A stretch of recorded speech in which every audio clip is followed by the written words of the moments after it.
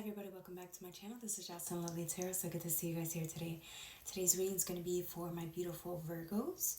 If you guys resonate with the video, like, share, and subscribe. Alright guys, we're starting off with the beautiful Eight of Wands energy. You see how these wands are going from different direction, from left to right, and it's like 8 of them, not knowing exactly where it's going, but it's fast moving energy, and like it's almost as if it's manifestations that you've had, but it's so many of them that they're ready to move. It's almost as if like you have so many desires and wishes, and unfortunately, because you don't know which one you desire the most at the time, and they're not really similar, or they're very conflicting, or they don't coincide, these energies or these manifestations or these desires of yours. And because they don't, they're so different that it's almost as if 1 second you want something and the universe wants to bring it in for you, but then you change your mind and you want the complete opposite. And so the universe has to stop where it's sending one of the wands, and then it has to send another one out, completely different direction. But then you change your mind, and then the wand's coming on this side again, right? It's almost as it has to do like a U-turn. It's so many desires, so many wants, so many needs. And the reason why it's so hard for these things to manifest is because I feel like it's not that you're indecisive, it's just you have two different energies. It's almost as if your higher self has pure intentions for you, but your shadow's wants and needs are so different from your higher selves. And the fucked up part is that like it's almost as if you want to be in union so bad, but you don't see a way for these two parts of yourself to be in union because they're so different. They're so conflicting, right? For example, if your higher self has these wants, it's almost as if your higher self wants better for you. It wants you to be aligned to different things, new experiences, right? Because they incarnated here for whatever the purpose is, right? And it's almost as if you want that. Like some part of you really wants that, and it's almost as if you feel guilty because you know that your higher self works so hard to push you in a certain direction, gently, of course, with love. But it's almost as if the shadow feels so guilty because you know that this, I don't want to call it darker version of you, but this part where it's pure pleasure wants something completely different.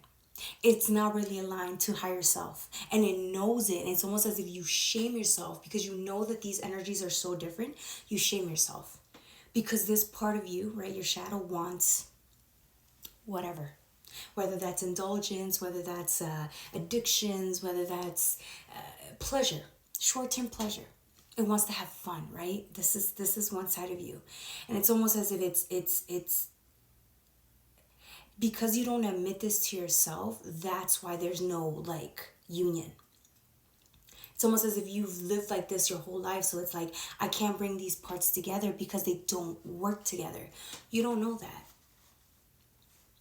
It's almost as if you judge yourself, you prejudge yourself because it's not aligned with what higher self wants, so you automatically think it's bad.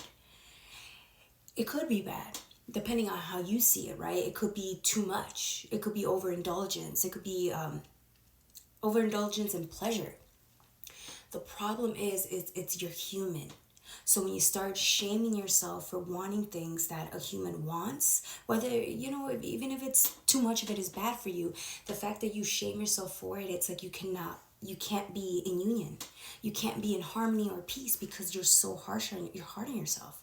You don't even want to admit that this is you. For some of you guys, it has to do with like long-term vision with short-term vision. Some of you guys have a goal. It could be financially, but you just right now, because you're not seeing the payoff, you want to go and have fun. So you're looking for any reason to go and have fun, right? Yeah, you get the work done, but it's almost as if you're becoming resentful of this higher self version of you because it's trying so hard to stick to the path. But it's almost as if because you're not having fun in this process, you want to go and kind of do your own thing on the other side, right? For some of you guys, it's again, it's almost as if it's two different sides of you. You want to be a person that's, with energies that are more harmonized, more peaceful, more positive, more committed energies.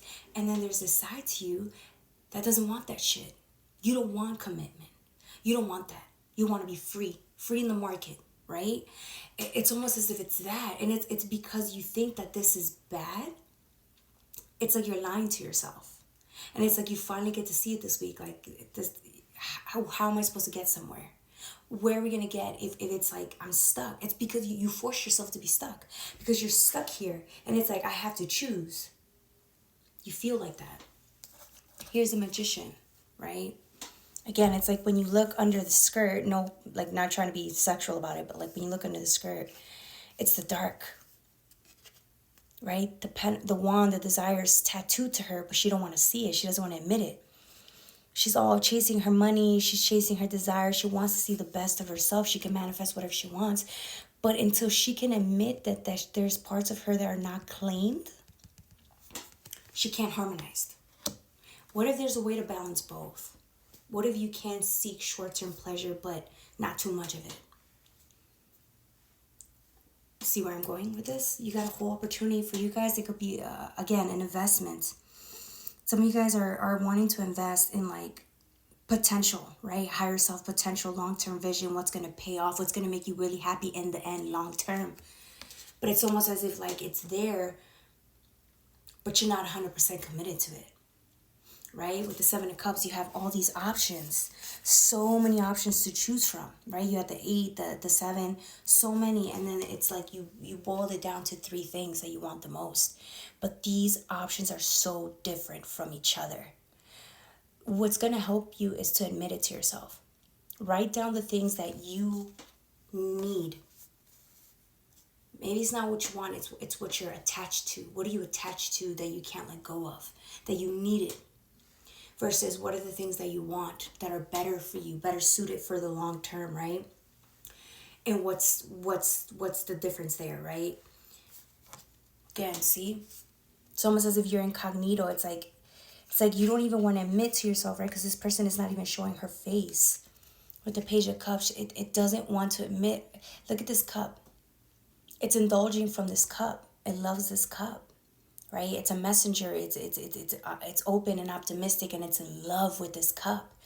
It may not be the cup that she thinks is suited for her long term, but it's the cup she's indulging in now. It's the thing that fills her needs, her ego.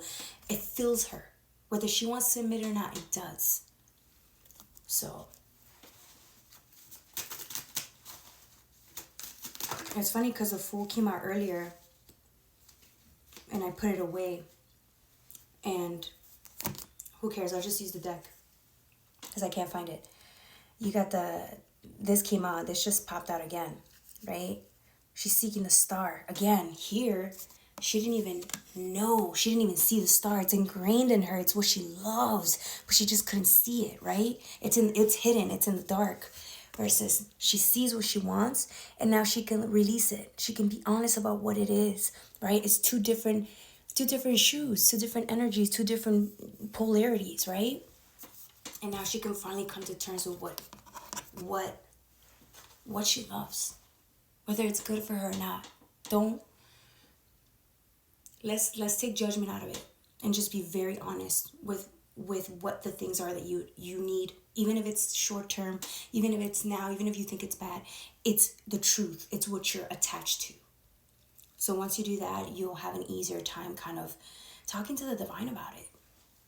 Talking to your shadow about it. I always tell you guys to talk to the divine. Talk to your shadow. Why does your shadow need this? And ask your shadow, can it go about accepting this part of yourself, but not overindulging in it? Do you see what I'm saying? All right, my beautiful Virgos, that's all I have for you. I love you.